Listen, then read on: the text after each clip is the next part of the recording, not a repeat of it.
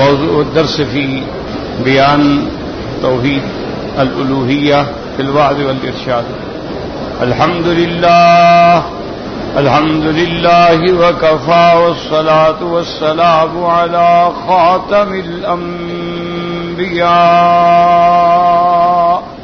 سيدنا محمد المصطفى وعلى آله المجتبى وأصحابه النجباء.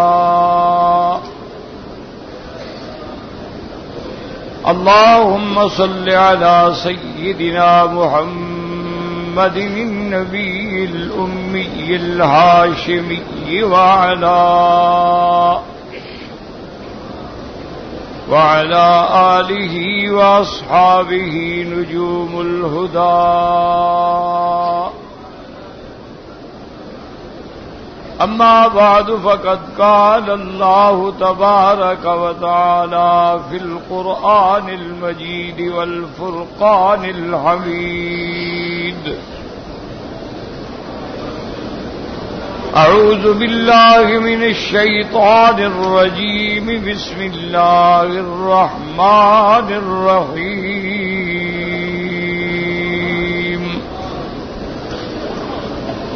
الله لا إله إلا هو الحي القيوم،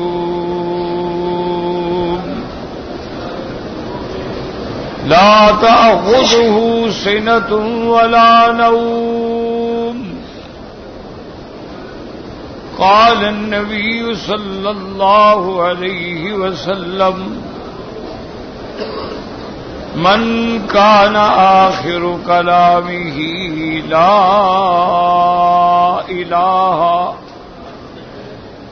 إله إلا الله دخل الجنة، أو كما قال النبي صلى الله عليه وسلم. صدق الله العلي العظيم وصدق رسوله النبي الكريم. سبحانك لا علم لنا إلا ما علمتنا، إنك أنت العليم الحكيم. برادران اسلام،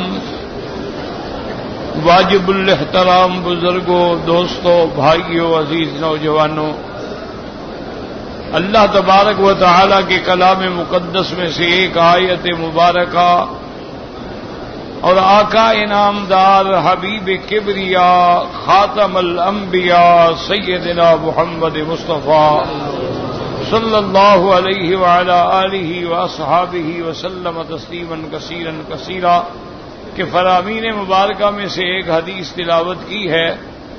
دعا فرمائیں کہ اللہ تبارک و تعالی اس عاجز کو مع الاہل صحت عافیت کاملہ عاجلہ دائمہ اور حق بات بیان کرنے کی توفیق عطا فرمائیں. آپ کو سننے سمجھنے کی، ہم سب کو حق پر چلنے کی توفیق عطا فرمائیں. پروردگار عالم تمام آنے والوں کی حاضری، حج، عبادت، زیارت منظور و مقبول فرمائیں. میں نے کل کے معروضات میں عرض کیا تھا کہ اللہ کے اسماء بھی ہیں اور بہت اسماء مبارکہ ہیں، اور الحمدللہ ہر مسلمان کو اللہ کے اسماء کا علم بھی ہے، ایمان بھی ہے. اللہ کے اسماء میں رحمان بھی ہے، رحیم بھی ہے، مالک بھی ہے، خالق بھی ہے، عزیز بھی ہے، حکیم بھی ہے، جبار بھی ہے، متکبر بھی ہے، مومن بھی ہے، مہیمن بھی ہے. لیکن کلمے کی بنیاد جو ہے وہ ہے لا الہ الا اللہ. پھر بیٹھ جاؤ نا، مہربانی کرو نا. آپ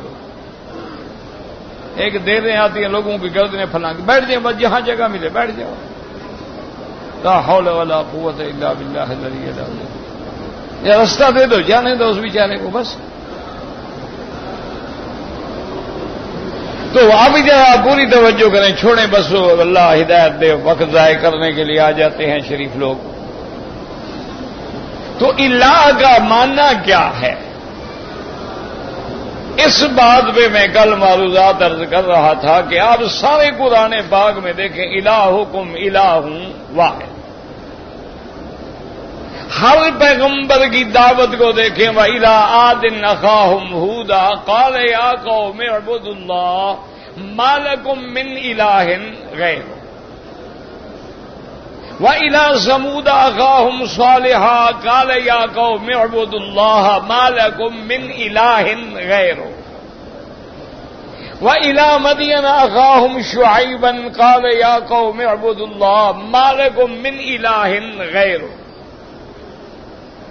وَمَا أَرْسَلْنَا مِن قَبْلِكَ مِن نَّبِيٍّ إِلَّا نُوحِي إِلَيْهِ أَنَّهُ لَا إِلَٰهَ إِلَّا أَنَا فَاعْبُدُونِ فَاعْلَمْ أَنَّهُ لَا إِلَٰهَ إِلَّا اللَّهُ اللہ لا الہ الا اللہ. تو آخر یہ الہ کا معنی کیا ہے جس کے بارے میں اللہ کے قرآن میں متعدد آیات ہیں اور فرمان رسول پاک میں، حتیٰ کہ ایک حدیث پاک میں آتا ہے کہ مفتاح الجنت لا الہ الا اللہ، کہ جنت کے دروازے کی چابی کیا ہے؟ لا الہ الا اللہ.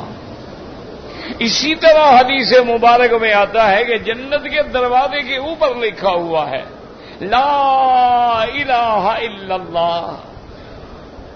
اسی طرح حضور پاک صلی اللہ علیہ وسلم نے فرمایا کہ ایمان کی افضل اعلی جان کیا ہے؟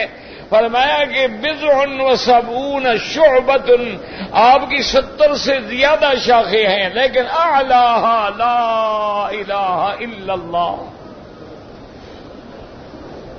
اسی طرح حدیث مبارک میں آتا ہے اور صحیح حدیث ہے محمد مصطفیٰ، آپ درود شریف پڑھیں گے تو انشاءاللہ بات سمجھ آئے گی. اللہ تبارک و تعالی چونکہ علام الغیوب ہیں، وہ جانتے ہیں کہ کل کیا ہوگا، تو اللہ نے منظر پیش کیا ہے کہ قیامت کا دن ہوگا، اللہ کی دربار میں حساب و کتاب ہوگا، اور دعا کریں کہ اللہ ہمیں بغیر حساب کے جنت نصیب فرما دے. تو ایک آدمی اللہ کی دربار میں پیش ہوگا،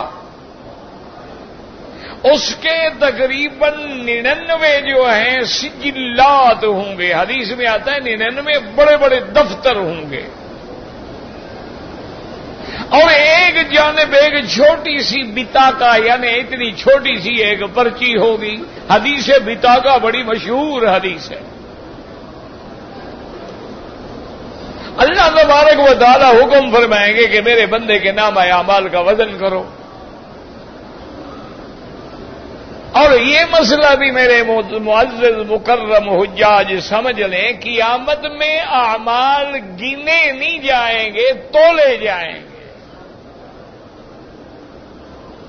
قیامت والے دن اعمال جو ہیں وہ گنے نہیں جائیں گے. فَمَن ثَقُلَتْ مَوَازِينُهُ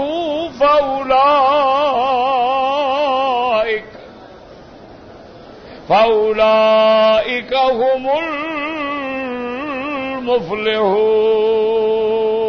الْمُفْلِحُونَ. اللہ فرماتے ہیں جس کی تولیں بھاری ہو گئی، جس کے اعمال پلڑے میں بھاری ہو گئے، وہی لوگ کامیاب ہیں، اور جن کے اعمال ہلکے پڑ گئے وہی لوگ ہیں جو گھاٹے میں ہوں گے. تو قیامت والے دن یہ نہیں ہوگا کہ گنا جائے اس حاجی نے کتنے طواف کیے ہیں، کتنی نفلیں پڑھی ہیں، کتنا درود پڑھا ہے، کتنا ذکر کیا ہے. وہاں اعمال کا وزن ہوگا. اگر 100 طواف کیا ہے، اخلاص نہیں ہے، طواف سنت کے مطابق نہیں ہے، تو کوئی وزن نہیں ہوگا. اگر سنت کے مطابق ایک طواف کیا ہے اور سنت کے مطابق تہجد کی 8 کے بجائے 2 رکعت پڑھی ہے، لیکن سمجھ کے پڑھا ہے، خشوع سے پڑھا ہے، عاجزی سے پڑھا ہے، اخلاص سے پڑھا ہے تو اس کا قیامت والے دن وزن ہوگا۔ اللہ فرماتے ہیں ہمارے ہاں کیفیت دیکھی جاتی ہے، کمیت نہیں دیکھی جاتی۔ ایک بندے نے سینکڑوں حج کیے ہیں اور ایک بندے نے ایک حج کیا ہے۔ ایک بندہ دن میں 10 پارے منزل پڑھتا ہے لیکن پتہ کوئی نہیں ہوتا کہ میں نے کیا پڑھا ہے۔ اس کے مقابلے پہ حاجی ہے غور کر کے تدبر کر کے ایک پارا منزل پڑھتا ہے، ایک تسبیح درود کی پڑھتا ہے، ایک تسبیح استغفار کی پڑھتا ہے، ایک تسبیح کلمے کی پڑھتا ہے، تو وہ قیامت میں بھاری ہے۔ اس لیے صحیح حدیث میں ہے کہ قیامت کا دن ہوگا، شیطان چیخے گا، روئے گا، واہ ویلا کرے گا، اپنے سر میں مٹی ڈالے گا اور کہے گا اہلکت الناس بذنوبہم وَأَهْلَكُونِي بِلَا إِلَٰهَ إِلَّا اللَّهِ، کہے گا مولا میں نے تیرے بندوں کو گناہوں سے ہلاک کیا ہے لیکن تیرے بندوں نے کلمہ پڑھ کے مجھے برباد کر دیا ہے، ہلاک کر دیا ہے۔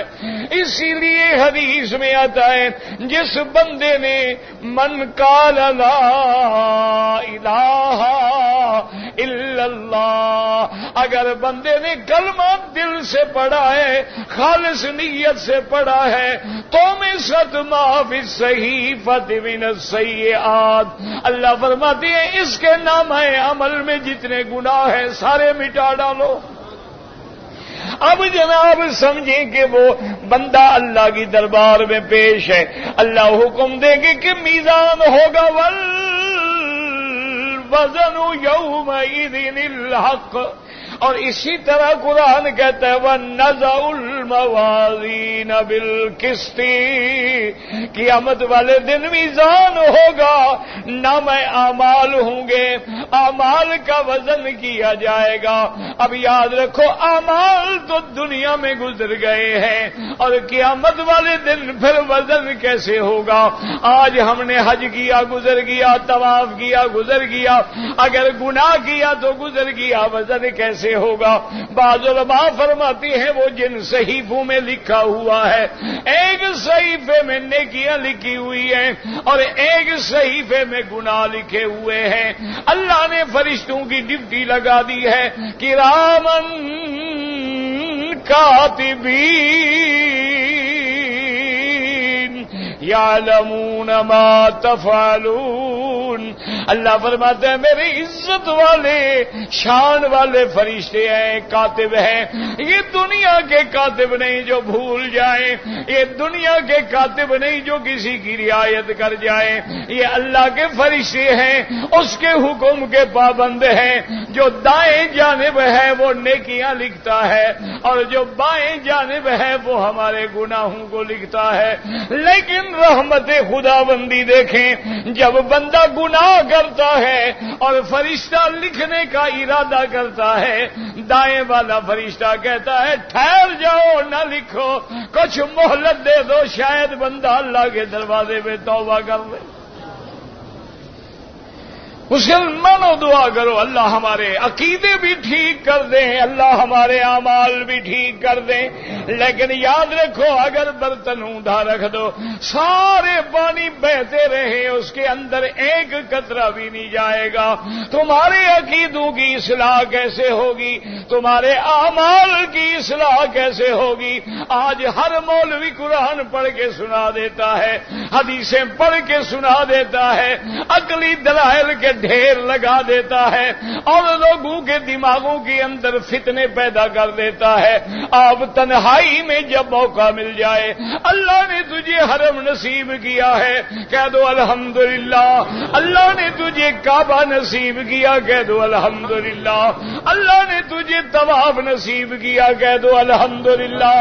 اب 2 رکعت نماز پڑھ کے اللہ کے آگے توبہ کر کے بالکل تنہائی میں اکیلے بیٹھ کے، کسی حرم کے دور گوشے میں بیٹھ کے، کسی ستون کی اوٹ میں بیٹھ کے سچے دل سے 2 رکعت پڑھیں، استغفار پڑھیں، درود شریف پڑھیں اور اللہ سے دعا کریں مولا تو نے ہم گناہگاروں پہ کرم کر دیا ہے، تو نے رحم فرما فرما دیا ہے ہم اس قابل نہیں تھے کہ تیرے دروازے پہ آ جائیں، ہم اس قابل نہیں تھے کہ کعبے کے باہر طواف کریں، ہم اس قابل نہیں تھے کہ محمد مدنی کے روضے پہ حاضری دیں، ہم اس قابل نہیں تھے کہ آج وہ جگہ، آج وہ شہر، آج وہ گلیاں، آج وہ بازار، آج وہ پہاڑ، آج وہ غار دیکھیں جہاں میرے مدنی کے قدم آئے ہیں، آج ہم زمزم کے پانی پی رہے ہیں، تیرے کعبے میں گھوم رہے ہیں، آج ہم صفا پہ دوڑ رہے ہیں، آج ہم مروہ پہ ختم کر رہے ہیں، پورے اسلام کی تاریخ ہمارے دماغوں میں ہے، مہربانی کر دے تیرا مدنی محمد بھی اسی مکے میں پیدا ہوا ہے، اور تیری کتاب قرآن کی پہلی وحی بھی مکے میں اتری ہے، اور اسی پہاڑ کی چوٹی پہ کھڑے ہو کے محمد مصطفیٰ نے دین اسلام کا اعلان کیا ہے، اور اسی الفاظ میں تو نے دین کو مکمل کر دیا ہے۔ مہربانی کر ہمیں بھی صحیح دین نصیب فرما دے، صحیح عقیدہ نصیب فرما دے، یا اللہ ہمیں مدنی والا طریقہ نصیب فرما دے، یا اللہ ہمیں ابو بکر عمر عثمان و علی والا جذبہ ایمان نصیب فرما دے، یا الہ العالمین ہمیں شرک اور بدعات کے اندھیروں سے بچا دے۔ میرا اللہ جب تیرے دروازے سے لوٹے ہمارے عقیدے بھی اصلاح ہو چکی ہو، ہمارے اعمال بھی بدل چکے ہوں، اور ہمارے چہروں پہ تیرے مدنی محمد کے دین کا نور بھی آ جائے، لوگوں کو پتہ لگے کہ یہ کعبہ دیکھ کے آئے ہیں، یہ مدینہ دیکھ کے آئے ہیں۔ ایسا نہ ہو کہ جیسے جھوٹ بولنے والا آنے سے پہلے جھوٹ بولتا ہے واپس بھی جھوٹ بول رہا ہے، آنے سے پہلے داڑھی مڈاتا ہے واپس بھی داڑھی مڈا رہا ہے، آنے سے پہلے زنا کرتا ہے واپس بھی زنا کر رہا ہے، آنے سے پہلے بھی سود کھاتا ہے واپس جا کر بھی سود کھا رہا ہے، جھوٹ بول رہا ہے، غیبت کر رہا ہے۔ مسلمانوں خدا کے لیے دل میں شرم کریں، ایک بچے کو آپ یورپ بھیجتے ہیں، لندن بھیجتے ہیں، امریکہ بھیجتے ہیں، کورس کے لیے جاتا ہے، واپس آتا ہے، اس کی زبان بھی انگریزی ہے، لباس بھی انگریزی ہے، شکل بھی انگریزی ہے، اس پہ یورپ کی تہذیب نے اثر کر دیا ہے۔ اگر تیرے اوپر مکہ مدینے کی تہذیب بھی اثر نہ کرے تو سمجھو ہمارے دلوں پہ مہریں لگ گئی ہے۔ اللہم صلی علی، درود شریف پڑھ لیا کرو، دل سے درود شریف پڑھیں، شوق سے درود شریف پڑھیں، اور جن نے درود شریف پڑھا ہو نا وہ بیٹھ جائیں، کھڑے نہ رہو تھک جاؤ گے، بیٹھ جاؤ آرام سے۔ اور یہ پیچھے جو ہے نا عورتوں کے لیے بیچاریوں کے لیے جگہ چھوڑ دیا کریں، وہ کبھی غریب مردوں میں دھکے کھاتی ہیں، کبھی ادھر دھکے کھاتی ہیں، کچھ حاجی کو خود سیکھو نا۔ یہ پیچھے سیڑھی ہے، نماز کا وقت ہے، نیچے اتر جائیں گی نماز پڑھ لیں گے، دو آدمی کھڑے ہو جائیں ان کے لیے جگہ بنا دیں۔ اللہم صلی علی، شوق سے پڑھے نا۔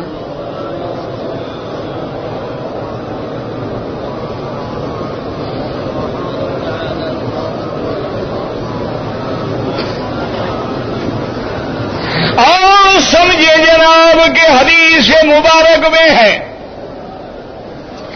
اب میزان قائم ہے، یاد رکھو میزان برحق ہے، اس میں صحیفے تو لے جائیں گے، اور اللہ چاہے تو اعمال کو آراز کی شکل دے دیں گے، وہ قادر ہیں، ان کے لیے کوئی مشکل نہیں ہے۔ آج بندے اگر ہوا کا وزن کر سکتے ہیں، آج بندے اگر بدن کی حرارت کا وزن کر سکتے ہیں، آج بندے اگر آندھی کی رفتار کا وزن کر سکتے ہیں، آج بندے اگر زلزلے کے سکیل کا وزن کر سکتے ہیں، تو اللہ کے آگے وزن کرنا کیا مشکل ہے؟ یہ شیطان خیال ڈالتے ہیں کہ جناب کیا وزن ہوگا، اعمال گزر گئے ہیں، تیرے میرے لیے گزر گئے ہیں، لیکن اس کے علم میں ہر چیز محفوظ ہے، اور نامہ عمل میں ہر چیز محفوظ ہے۔ اللہ کا قرآن کہتا ہے جب کافر کو، مشرک کو کتاب ملے گی، صحیفہ ملے گا تو پڑھ کے حیران ہوگا اور کہے گا ما لہذا الکتاب لا یغادر صغیرۃ ولا کبیرۃ الا احصاها، وہ کہے گا ہے یہ کیسے کتاب ہے جس نے ہمارا کوئی گناہ بھی نہیں چھوڑا ہے، کوئی چھوٹا بڑا گناہ نہیں چھوڑا ہے، سب لکھا ہوا ہے۔ اللہ فرماتے ہیں وَلَا يَظْلِمُ رَبُّكَ أَحَدًا، اے میرے بندے تیرا رب کبھی ظلم نہیں کرتا۔ اگر تو نے گناہ کیا ہے تو لکھے گا، یہ نہیں کہ بغیر گناہ کے تو لکھ دیا جائے، نہ تیری نیکی ضائع کرے گا نہ تجھ پہ گناہ بڑھائے گا۔ اب اللہ حکم دے کہ ملائکہ وزن کرو، وہ بندہ چیخ پڑے گا، عرض کرے گا کہ یا رب العالمین وزن کس بات کا ہے؟ میرے گناہوں کے دفتر بھرے ہوئے ہیں اور میری نیکی کے پلڑے میں ایک چھوٹا سا کاغذ ہے، کیا وزن کرنا ہے؟ وزن تو معلوم ہے، میرے گناہ زیادہ ہے۔ اللہ فرمائے گے بالکل نہیں، میں نے عدل کرنا ہے۔ یا اللہ عدل تو ظاہر ہے، ایک طرف 99 دفتر ہے، ادھر ایک چھوٹا سا کاغذ ہے، وزن تو معلوم ہے۔ اللہ حکم دیں گے نہیں وزن کرو، ایک پلڑے میں وہ بتا کر رکھا جائے گا اور دوسرے پلڑے میں اس کے گناہوں کے 99 دفتر رکھے جائیں گے، اور جب اس کا وزن کریں گے وہ چھوٹی پرچی والا پلڑا جو ہے وہ نیچے ہو جائے گا، اس کا وزن بڑھ جائے گا۔ اللہ فرمائیں گے میرے بندے کے گناہ ہلکے ہو گئے ہیں، نیکی بڑھ گئی ہے، جنت میں لے جاؤ۔ وہ کہے گا مولا مجھے پتہ تو لگے کہ کیا نیکی ہے۔ وہ جب پرچی کھول کے دیکھے گا تو لکھا ہوگا لا الہ لا الہ، دل سے پڑھا کرو۔ دیکھو یاد رکھو لا کیا ہے؟ لا نفی ہے، یعنی لا تلوار ہے۔ یہ نہیں کہ کلمہ بھی پڑھتے رہو شرک بھی کرتے رہو، یہ نہیں کہ کلمہ پڑھتے رہو غیروں کو پکارتے رہو، یہ نہیں کہ کلمہ پڑھتے رہو اور غیروں کی منتیں اور نظر نیازیں دیتے رہو، یہ بالکل نہیں۔ اللہ نے حکم دیا ہے کہ پہلے لا آئے گا، لا کی تلوار چلا کے ہر معبود باطل کو فنا کر دو اور ایک معبود برحق کا اقرار کر لو، لا الہ لا الہ الا اللہ محمد الرسول اللہ۔ حدیث مبارک میں ہے کہ حضرت عثمان بیٹھے ہیں کہ تو رضی اللہ عنہ، جب صحابہ کا نام آئے تو کیا کہنا ہے؟ جب مدنی کا نام آئے تو صلی اللہ علیہ وسلم، اور جب اولیاء کا نام آئے، علماء کا نام آئے، فقہاء کا نام آئے، محدثین کا نام آئے، مجتہدین کا نام آئے، اللہ کے مقربین کا نام آئے تو رحمت اللہ علیہ، اللہ تبارک و تعالیٰ کے نبی کا خلیفہ ہے، سادس الخلفاء ہے، سیدنا عثمان ہے، ذی النورین ہے، داماد نبی محمد مصطفیٰ ہے رضی اللہ تعالی عنہ۔ یہ وہ شان والا صحابی ہے کہ جب حضور کی دونوں بیٹیاں فوت ہو گئی، حضور نے فرمایا واللہ اگر میری اور بھی بیٹی ہوتی تو میں حضرت عثمان سے رشتہ کرتا۔ اللہ اکبر۔ سیدنا عثمان بیٹھیے، سیدنا عمر گزرے رضی اللہ عنہ۔ دعا کرو اللہ دنیا میں پھر ایک اور عمر پیدا کر دو۔ یا اللہ آج کفر بالکل اسلام کے مقابل پہ آ گیا ہے، آج طاغوت کی سب قوتیں جو ہیں اسلام کے مٹانے پہ آ گئی ہیں۔ میرا مولا آج تیرے نبی کی کھلے عام توہین ہو رہی ہے، کارٹون بنائے جا رہے ہیں، اللہ تیری کتاب قرآن کی عظمت کو مٹایا جا رہا ہے۔ یا اللہ تیرے دین اسلام کے نعوذ باللہ انکار کیے جا رہے ہیں، کہیں حدیث کا انکار ہے، کہیں قرآن کا انکار ہے، کہیں صحابہ کا انکار ہے، کہیں اہل بیت کا انکار ہے، کہیں گناہوں کے شیطان ننگا ناچ رہا ہے، نہ حیا باقی ہے نہ شرم باقی ہے۔ میرا مولا تو نے دین اسلام کو قیامت تک باقی رکھنا ہے، تو قادر ہے کہ پھر عمر جیسا کو بندہ پیدا فرما دے۔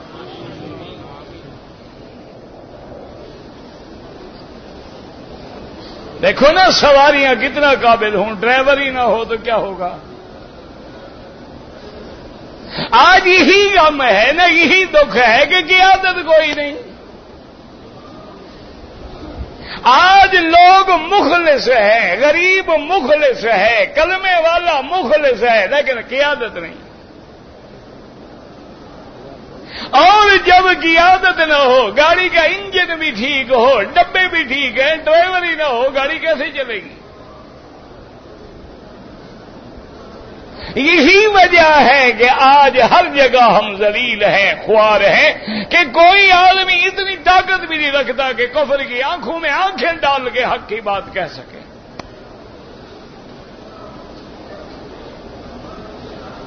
حضرت سیدنا عثمان کے رضی اللہ عنہ جو کہا ہے نا، بھول نہ جایا کرو، رضی اللہ عنہ کیا مانا؟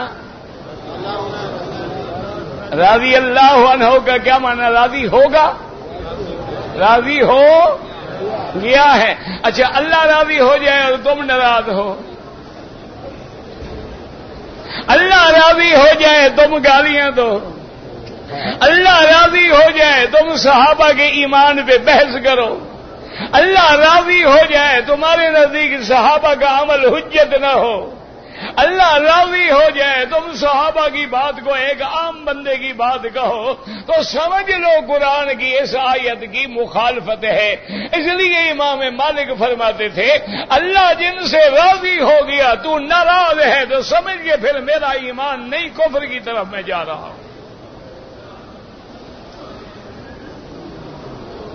سیدنا عثمان غنی بیٹھے ہیں رضی اللہ عنہ، حضرت عمر رضی اللہ تعالیٰ عنہ گزرے، انہوں نے کہا السلام علیکم ورحمۃ اللہ، حضرت عثمان نے جواب نہیں دیا۔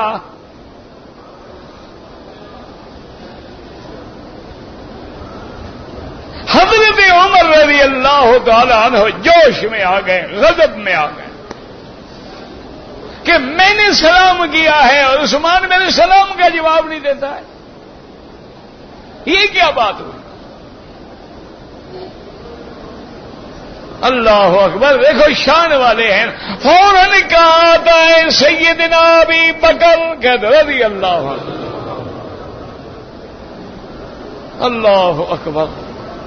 مسلمانوں یہ شان والے لوگ ہیں نا، غصہ آ گیا، ناراضی آ گئی، یہ نہیں کہ گالیاں دینی شروع ہو جائیں، لڑائی شروع کر دیں۔ سیدنا ابو بکر کی خدمت میں آ کے عرض کرتے ہیں کہ یا ابی بکر، میں نے حضرت عثمان پہ سلام کیا ہے، انہوں نے میرے سلام کا جواب نہیں دیا ہے۔ آپ نے فرمایا یہ کبھی نہیں ہو سکتا، معلوم ہوتا ہے کہ حضرت عثمان نے تیرا سلام سنا نہیں۔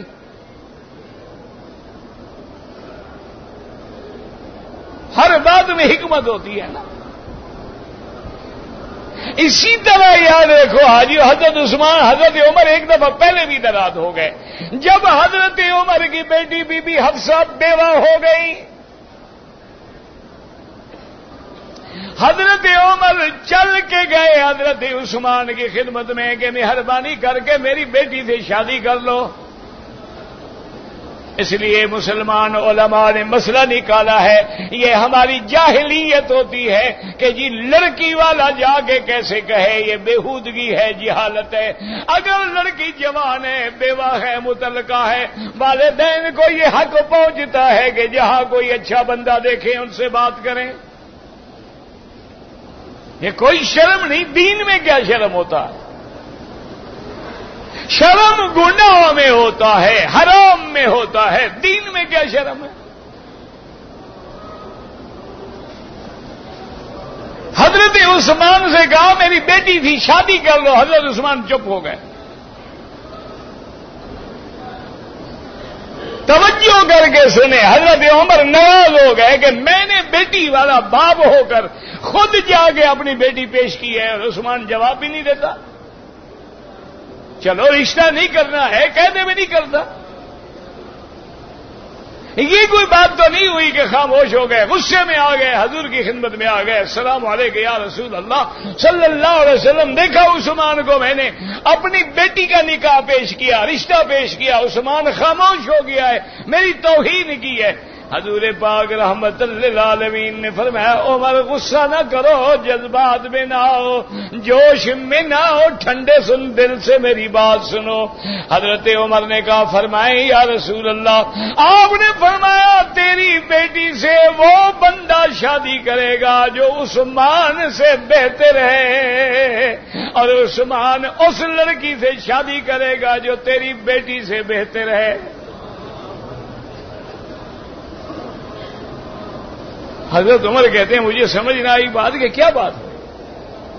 عثمان نے جواب نہیں دیا، اور حضور پاک نے ایسے جامع بات فرما دی کنائے میں، فرمایا عثمان اس عورت سے شادی کرے گا جو تیری بیٹی سے افضل ہے، اور تیری بیٹی سے وہ بندہ شادی کرے گا جو عثمان سے افضل ہے۔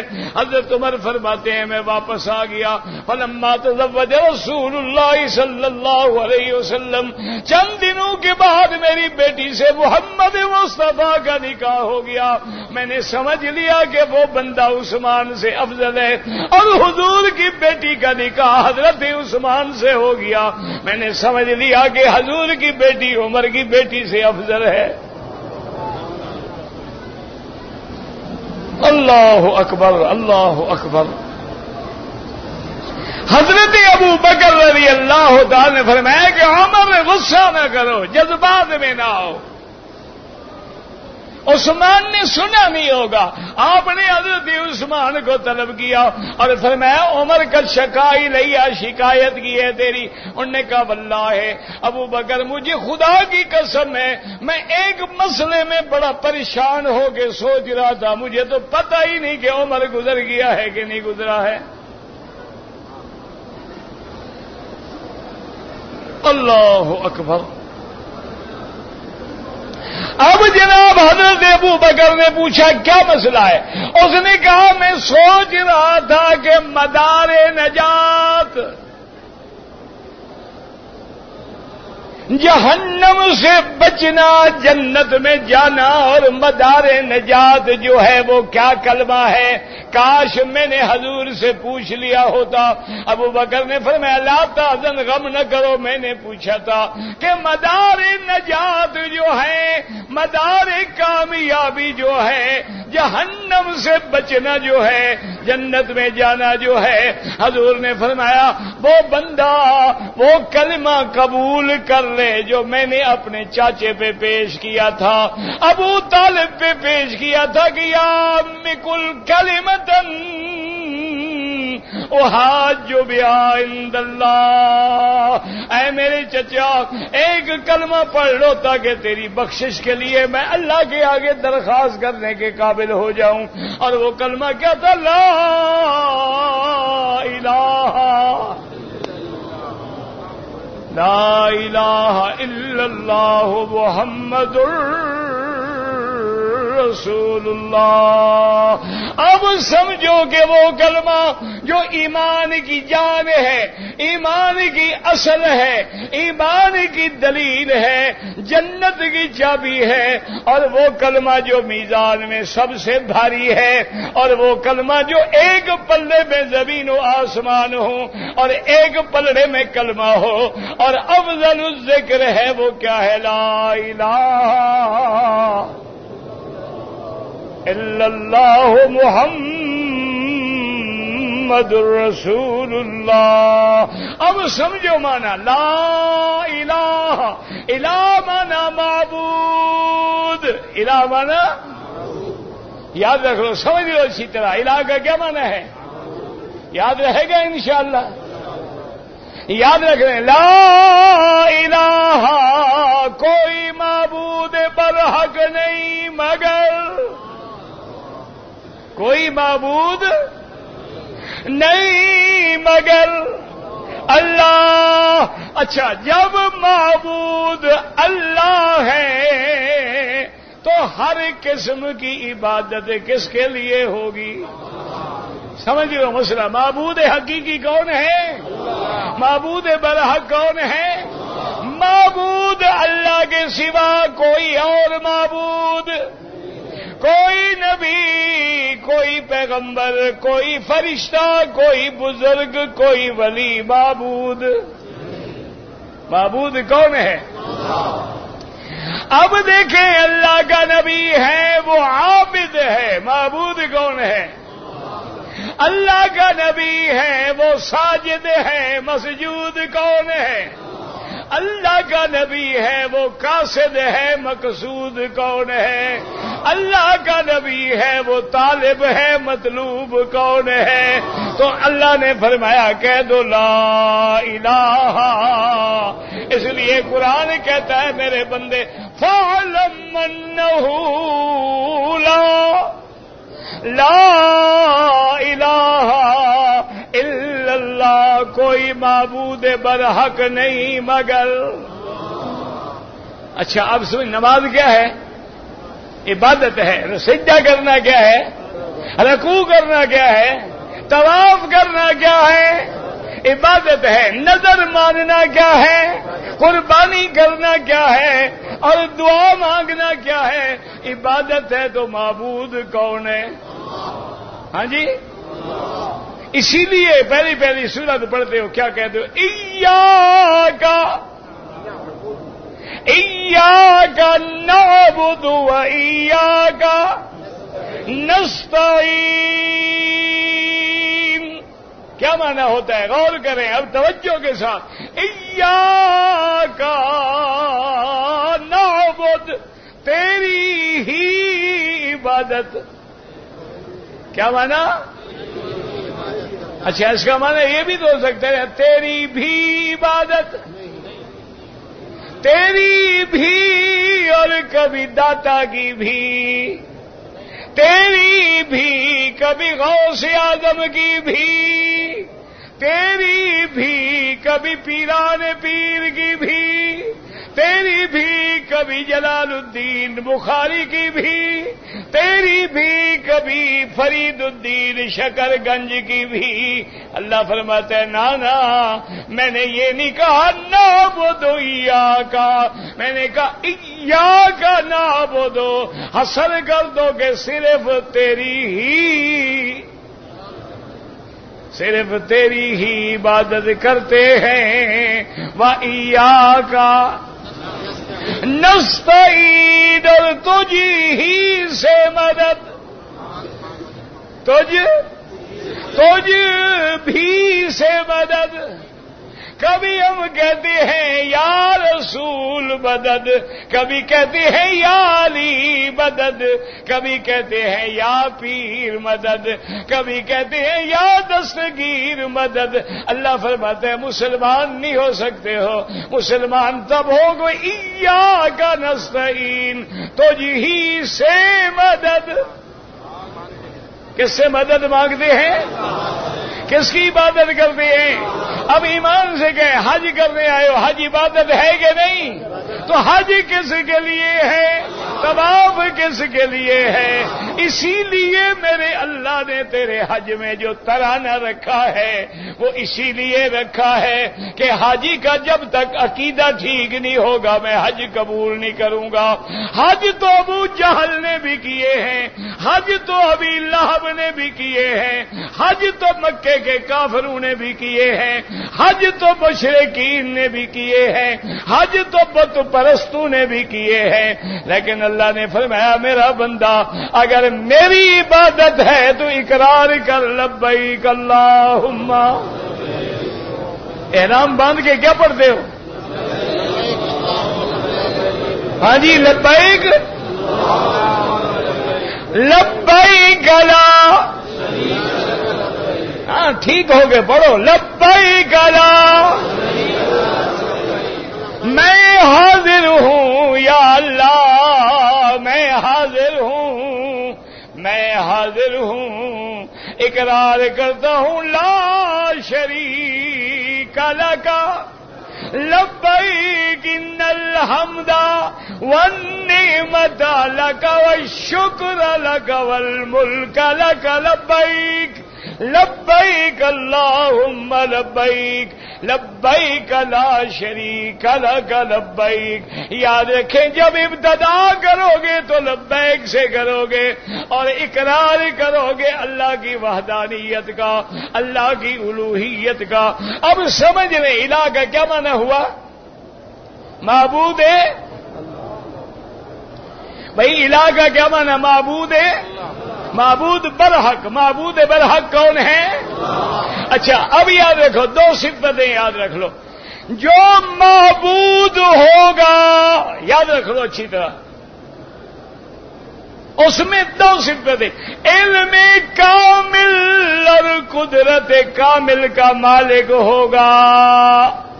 جس میں علم بھی کامل ہوگا اور قدرت بھی، وہ معبود ہوگا. اگر علم نہ ہو تب بھی معبود، اگر قدرت نہ ہو تب بھی معبود. اچھا یوں سمجھ لو جو عالم بھی ہوگا مختار کل بھی ہوگا، معبود کی صفت ہے. اب قرآن سے پوچھتے ہیں آپ درود شریف پڑھیں. ایک دفعہ پڑھو، بڑے دل سے پڑھو، پتہ لگے یار. درود پڑھو، رحمت اترے، پتہ لگے حاجی کے چہرے میں نور آ جائے.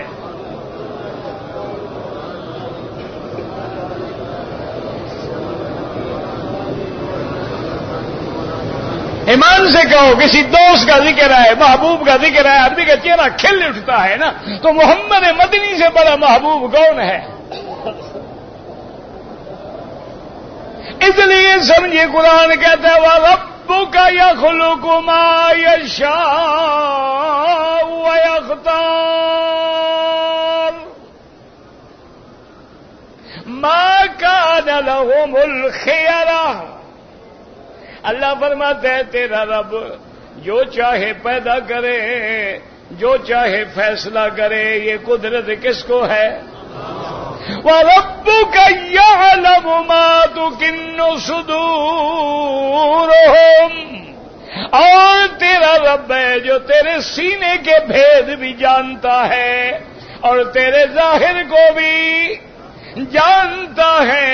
اب یہ صفتیں آ گئی تو آگے کیا فرمایا؟ هُوَ اللَّهُ لَا إِلَٰهَ. وہ الہ ہے جس میں کیا ہوں؟ دو صفتیں ہوں، جاننا اور مختار کل. یاد رکھو جو علم کامل نہ رکھتا ہو وہ کبھی معبود بھی، وہ کبھی الہ بھی.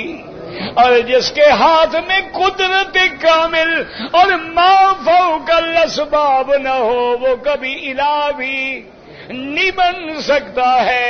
اب سمجھ کیا آیا کہ حاجت روا، مشکل کشا، نفع نقصان کا مالک، ہر چیز دینے والا کون ہے؟ یاد رکھ لو مسلمانوں، ورنہ خدا کو تو ہر کوئی مانتا تھا. یاد رکھو مکے والے بھی خدا کو مانتے تھے. وَلَئِن سَأَلْتَهُم مَّنْ خَلَقَ السَّمَاوَاتِ وَالْأَرْضَ لَيَقُولُنَّ اللَّهُ. اللہ فرماتے ہیں ان سے پوچھو کہ آسمانوں اور زمینوں کو کس نے پیدا کیا ہے؟ کہتے ہیں اللہ. وَلَئِن سَأَلْتَهُم مَّن نَّزَّلَ مِنَ السَّمَاءِ مَاءً فَأَحْيَا بِهِ الْأَرْضَ بَعْدَ مَوْتِهَا لَيَقُولُونَ اللَّهُ. ان سے پوچھو کون ہے جو آسمانوں سے پانی اتارتا ہے، زمین سے کھیتیاں اگاتا ہے؟ کہتے ہیں اللہ. اللہ نے فرمایا میرا مدنی ان سے پوچھو قُلْ مَن يَرْزُقُكُم من السماء والارض. آسمانوں اور زمینوں سے رزق دینے والا کون ہے؟ کیا کہتے ہیں؟ کون ہے؟ تو پھر کافر کیسے ہو گئے؟ وہ تو سب مان رہے ہیں. سمجھو مسئلہ، وجہ یہ تھی کہ خالق مانتے تھے، رازق مانتے تھے، سب کچھ مانتے تھے، اللہ کو مدبر بھی مانتے تھے، مختار بھی مانتے تھے، خالق مالک بھی مانتے تھے، لیکن الہ نہیں، الہ نہیں، اسی لیے کہتے ہیں نا اجعل الآلہۃ الہا واحدا ان ھذا لشیء عجاب۔ وہ کہتے تھے کہ دیکھو اس پیغمبر نے کہتا ہے سارے خدا چھوڑ دو، ایک خدا کو مانو، اس لیے قرآن کہتا ہے اذا قیل لهم لا الہ الا اللہ یستکبرون، جب ان سے کہو کہ کوئی معبود برحق نہیں مگر اللہ، تکبر کرتے ہیں، وَيَقُولُونَ إِنَّا لَتَارِكُو آلِهَتِنَا لِشَاعِرٍ مَجْنُونٍ۔ سمجھ آ گیا کہ وہ سب مانتے تھے لیکن الہ نہیں مانتے تھے۔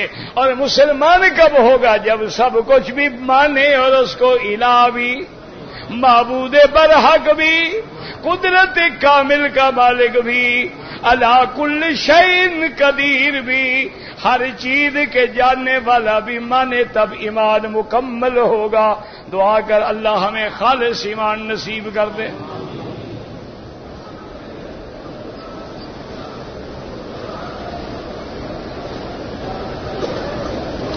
اگر ایک آدمی مسافر ہے، سفر میں نماز قضا ہو گئی، اپنے گھر میں آ گیا، قضا جو کرے گا وہی قصر کرے گا، جیسے قضا ہوئی ویسے ادا ہوگی۔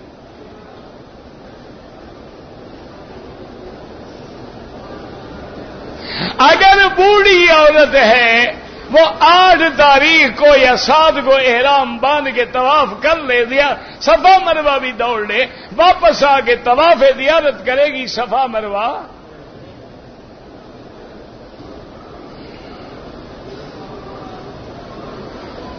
کہتے جی کہ ہمارے خیمے جو ہیں وہ مینا میں ہیں، مجبوری ہے میرا بھائی، مجبوری ہے، صفے سے مل گئی ہے، انشاءاللہ جائز ہے۔ اگر کسی نے طواف زیارت پہ آیا اور کچھ حصہ اپنی بلڈنگ پہ گزار لیا تب بھی کوئی مطلب مانا نہیں ہے، لیکن بلڈنگیں بند ہوتی ہیں، کہاں گزارو گے؟ دیکھو نا اندر بلڈنگ میں 500 200 400 حاجی کا سامان پڑا ہے، وہ کیسے کھولیں؟ وہ تو تالے لگا دیں گے۔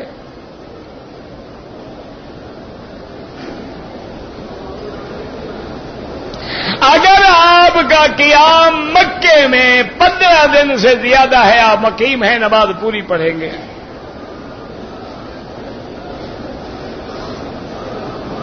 میں حرم شریف میں خیرات کرنا چاہتا ہوں، قرآن لے کے رکھ دوں یا غریبوں کو دے دو، قرآن یہاں الحمدللہ کوئی کمی نہیں ہے۔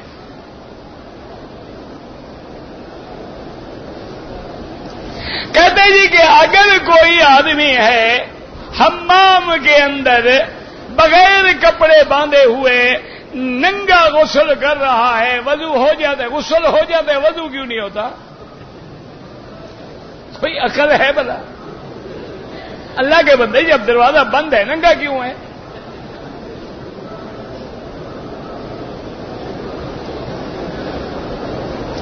کہتے جی کہ لوگ مدینے کی طرف رخ کر کے کھڑے ہو کے صلاۃ و سلام پڑھتے ہیں، خالص بدعت ہے۔ اگر یہ دین ہوتا سب سے پہلے ابو بکر عمر عثمان علی پڑھتے۔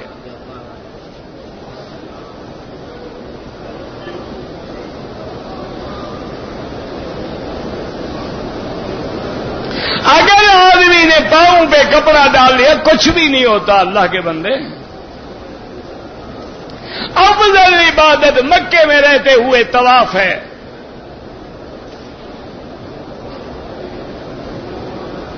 بہرحال عورت کو سفر کرنا بغیر محرم کے حرام ہے۔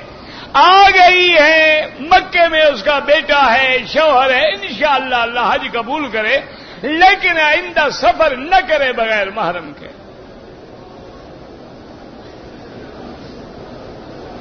اگر آدمی ہوٹل سے چادریں باندھ لے، نیت مسجد عائشہ جا کے کرے، کوئی حرج نہیں، چادروں کا نام احرام نہیں، احرام تو نیت کا نام ہے۔ میں نے عمرے کا طواف کیا، وضو ٹوٹ گیا، میں نے بغیر وضو طواف کر دیا، بہت بڑا گناہ ہے، استغفار بھی کرو اور ایک دفعہ طواف دوہراؤ ورنہ دم دینی پڑے گی۔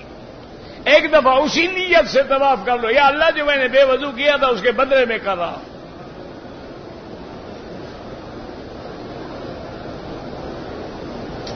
اگر وضو ٹوٹ جاتا ہے، ہوا خارج ہو جاتی ہے، ری کی بیماری ہے، ہر نماز کے لیے نیا وضو کرو، یعنی مغرب کو جو وضو کرو ابھی عشاء تک نمازیں پڑھتے رہو، ہی کافی ہے۔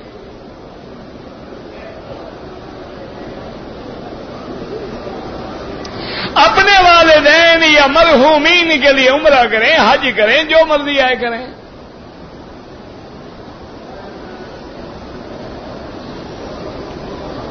طواف زیارت 10 محرم کو، 10 ذی الحجہ کو ہوگا، اس سے پہلے طواف نہیں ہوتا۔ اگر کوئی بال گر جائے تھوڑا بہت صدقہ کر دیا، کوئی جرمانہ نہیں ہے، وہ صدقہ یہاں کرے، 1 ریال 2 ریال۔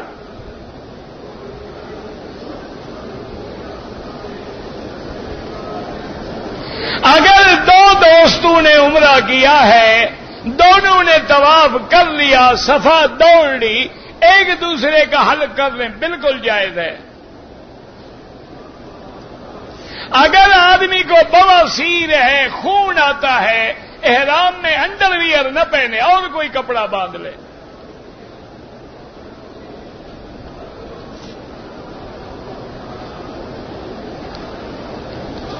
بھائی اب اتنا لمبا چوڑا آدمی ہے، کب یہ کب پڑے گا؟ حج بدل ایک آدمی کی طرف سے ایک کر سکتا ہے، بدل کے بعد بھی 40 دن سے زیادہ نہ گزرے۔ اگر قسطوں میں چیزیں خریدیں وہ جائز ہیں۔ اگر بیوی میرے ساتھ ہے تو میری سالی میرے ساتھ اب بالکل نہیں آ سکتی، تم کوئی محرم ہو سالی کے؟ تم تو سالی کے لیے موت ہو، وہ تو آدھی گھر والی ہو گئی نا۔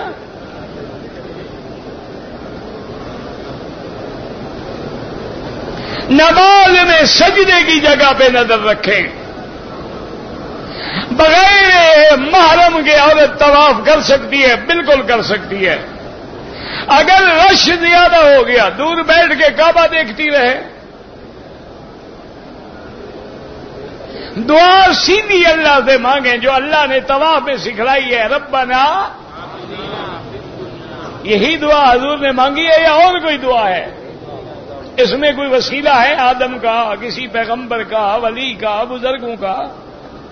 اصل میں مشکل اور کوئی بات نہیں ہے، اصل مسلمان جاتے شارٹ کٹ لگاؤ، ہر کام دوسرا کرے۔ مولوی کو ملے گی نا، حضرت ہمیں دعا میں یاد رکھنا، میں تمہارا نوکر ہوں، تمہیں یاد رکھوں گا نہ، کیوں یاد رکھوں؟ وجہ کیا ہے؟ یعنی دوسرا یاد رکھے، میں تو کہہ کے جا رہا ہوں نا جی حضرت آپ یاد رکھیں، یار میں جناب نہیں یاد رکھوں۔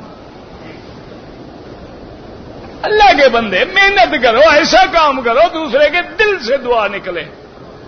یہ کہنے سے کیا ہوتا ہے؟ حضرت امیر معاویہ صحابی ہے، کاتب الوحی ہے، اس کے بیٹے کے بارے میں اختلاف ہے۔ اللہ نے جب ہمیں اس جنگ سے بچایا ہے، اب لفظی جنگ کر کے اپنا عقیدہ کیوں خراب کریں؟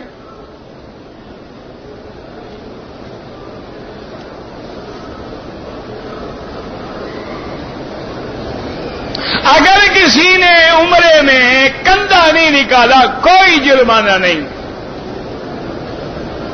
والد کے لیے عمرہ بالکل کر سکتے ہیں۔ ایک آدمی بیمار ہے، اللہ سب کو شفا عطا فرمائے۔ عورتیں اگر ہوٹل میں نماز پڑھیں افضل ہے، لیکن حرم میں آئیں تو آپ منع بھی نہیں کر سکتے۔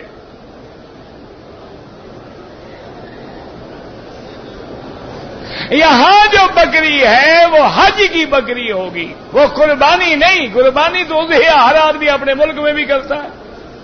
یا اللہ یہ حج کی بکری ہے، بس یہی دل میں نیت ہے۔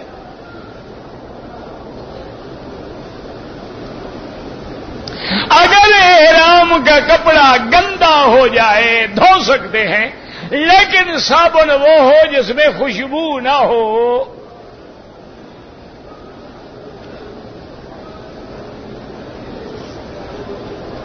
اگر عصر کی نماز کھڑی ہو گئی، 2 چکر کر کے نماز میں مل گیا، ٹھیک ہے، بعد میں طواف پورا کیا، اب افضل یہ ہے کہ مغرب کے بعد 2 رکعت پڑھے۔ مجبوری ہے، پڑھ لے تو جائز ہے۔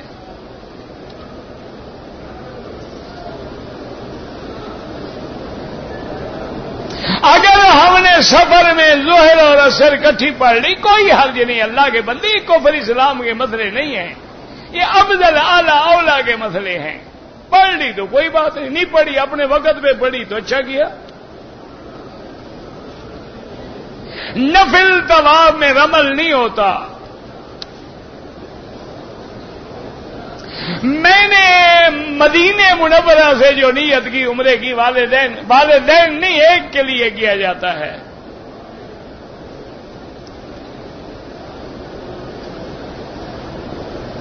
نفل کے بعد دعا کیا کرو کہ یا اللہ اس نفل کی وجہ سے میں دعا کرتا ہوں میرے والدین پہ رحمت کر۔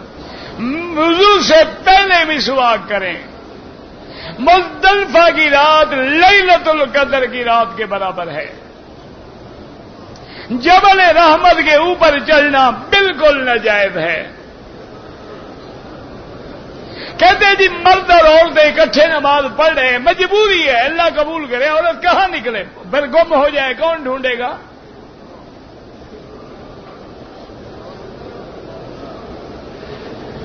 اگر رش ہو جائے احرام میں عورت کپڑا ڈال لے، بالکل جائز ہے۔ بینک کی نوکری میں جو تنخواہ ملتی ہے وہ سود نہیں ہے، تم اپنے وقت کا پیسہ دیتے ہو۔ افضل یہ ہے کہ اور نوکری ڈھونڈو، ورنہ وہ تنخواہ حرام نہیں ہوتی۔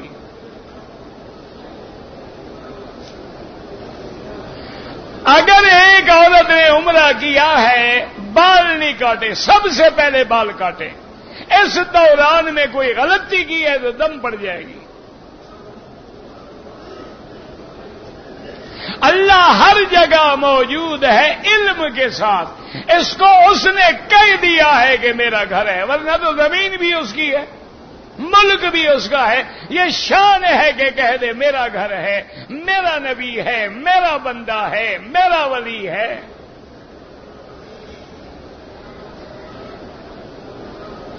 کہتے ہیں کہ جی جس خانے کعبے کی طرف ہم ہی نظر کر کے عبادت کرتے ہیں، ہندو کہتے ہیں وہ بھی تو پتھر کا ہے، اسی لیے اللہ نے کبھی حکم دیا بیت المقدس کی طرف رخ کرو، پھر حکم دیا ادھر رخ کرو، مسئلہ سمجھا دیا کہ لیس البر ان تولوا وجوہکم قبل المشرق والمغرب، مشرق مغرب کی بات نہیں، حکم خداوندی کی تعمیل ہے۔ اگر اس کا پوجا ہوتا تو پھر بیت المقدس نماز نہ پڑھتے، اس کا پوجا ہوتا پھر اس کی طرف نماز نہ پڑھتے۔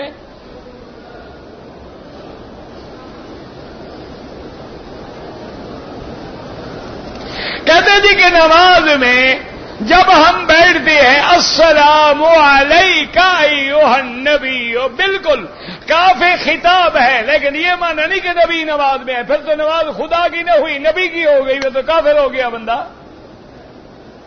یہ نقل ہے، یاد رکھو یہ کیا ہے کہ معراج والی رات اللہ کے نبی نے کیا کہا، التحیات للہ والصلوات، اللہ نے فرمایا السلام علیک ایھا النبی، جیسے ہم کہتے ہیں یا ایھا النبی لم تحرم، اے نبی تم نے میرے حلال کو حرام کیوں کیا؟ یہ ہم حکم دے رہے ہیں یا اللہ کا حکم پڑھ رہے ہیں؟ تو نماز میں بھی اللہ کے سلام کو دوہرا رہے ہیں، یہ نہیں کہ نبی حاضر ہے۔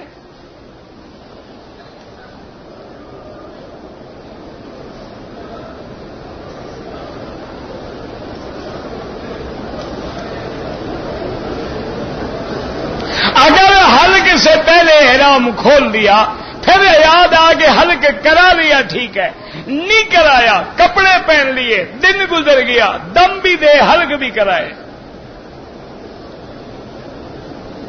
11ویں کی شرعی حیثیت کیا ہے؟ 11ویں کوئی قرآن شریف میں ہے کہ شرعی حیثیت ہو؟ نہ، 11ویں حدیث میں ہے، قرآن میں ہے، صحابہ میں ہے۔ یہ تو ایک پیر کے نام پر ایک بوڑھی کی سنت ہے، اس کی سنت پہ عمل کرو یا نبی کی سنت پہ عمل کرو۔ خالص بدعت ہے، کھانا ناجائز ہے۔ قرآن و سنت کی موجودگی میں ائمہ فقہا کی تقلید کیوں کی جاتی ہے؟ تم سب نماز پڑھنا جانتے ہو، پھر امام کے پیچھے کیوں پڑھتے ہو؟ نہ، ایک امام کے پیچھے کیوں کھڑے ہوتے ہو 5 دفعہ؟ معلوم ہوا کہ امام کے بغیر گزارا نہیں ہوتا۔ الگ الگ پڑھیں گے تو کوئی رکوع میں ہوگا، کوئی سجدے میں پڑا ہوگا۔ امت کی وحدت ہو تب سکتی ہے جب ائمہ کا ہم احترام کریں گے۔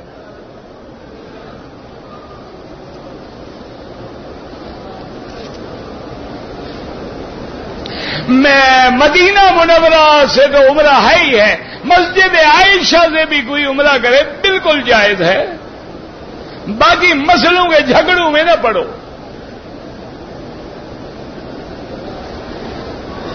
3 حج والوں کو آگ نہیں ہوتی، یعنی جو 3 حج کر لے آگ نہیں لے، 100 حج کر لے، اگر توحید میں خاتمہ نہیں تو سب سے پہلے آگ میں جائے گا۔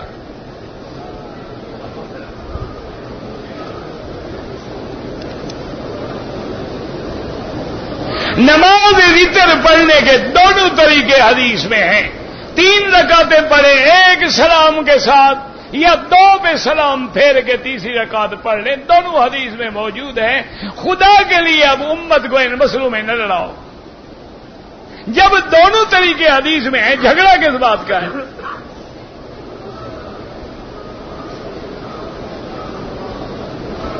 چار رکعت نماز جو عشاء سے پہلے پڑھتے ہیں، یہ ثابت نہیں، نہ پڑھا کرو، بس لڑنے کی کیا ضرورت ہے؟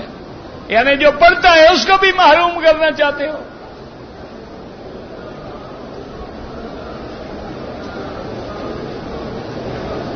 مرد بھی مسجد عائشہ سے عمرہ کر سکتے ہیں۔ عبداللہ ابن زبیر نے کیا ہے، عبداللہ ابن عمر نے کیا ہے، عقل کرو۔ رکن یمانی پہ بوسہ نہ دیں، ہاتھ لگائیں۔ کہتے ہیں کہ حضرت بلال نے اذان نہیں دی تھی تو صبح نہیں ہوئی، بالکل جھوٹ ہے، گھڑا ہوا قصہ ہے۔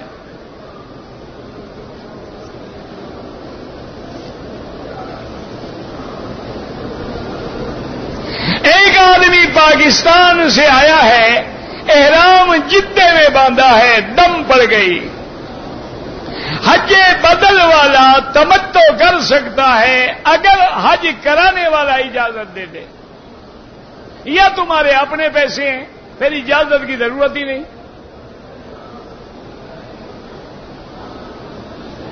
اگر ہم نے حج بدل والے نے طواف قدوم کے بعد صفا مروہ دوڑ لی، واپس آ کے طواف زیارت کرے گا، صفا نہیں دوڑے گا۔